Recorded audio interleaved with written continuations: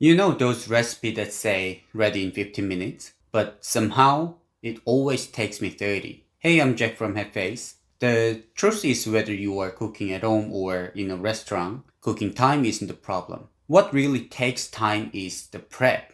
But if you can speed up that prep work, even weekday dinner after work becomes way easier. So today, I will show you how to prep better and faster.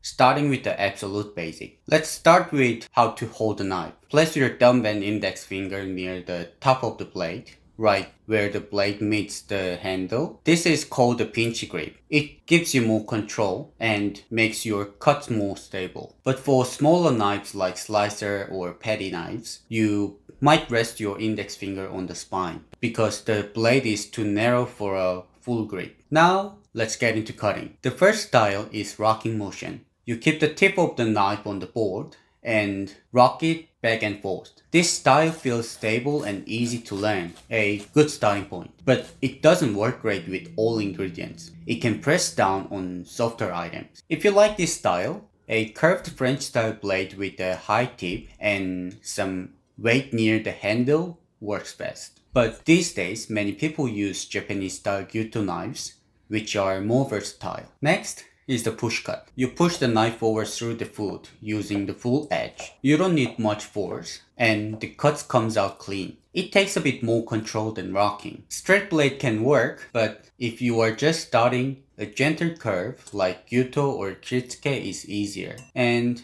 it's even better if the knife is light and well balanced. The third one is chopping, up and down and fast and short moving. You've probably seen this in fast cutting videos. It's quick, but you only use part of the edge, like an axe, that can bruise or damage your ingredients, especially if the knife isn't sharp. Personally, I don't use this much, but if you do, go for a straight edge knife with weight near the front, like a Chinese cleaver or nakiri. Once you've got the motion down, now let's actually cut some vegetables. These 4 basic cuts are all you really need. Most other techniques comes from these. Julienne is 5 to 6 cm long and about 3 mm thick. For onion, cut them in half and slice along the curved line. For carrots or potatoes, first cut one side flat so it doesn't roll, then cut it down into even blocks and slice them into sticks. Dice is just julienne cut again into small cubes, around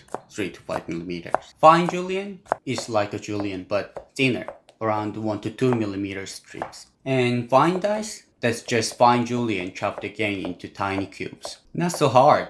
Start with the rocking motion. Once you are comfortable, try the push cut. And if you need speed, practice a little chopping too. At first, it is a bit scary because it's knife, but these are just simple movements. Once you get used to them, your knife skill will improve fast. One last thing that really matters, using the right knife for the job. If your knife matches with your hand and your cutting style, prep becomes smoother, safer, and a lot faster. If cooking feels tough or takes forever, start by checking your basics. If you found this video helpful, give it a like and subscribe. Thanks for watching. I'll see you in the next video.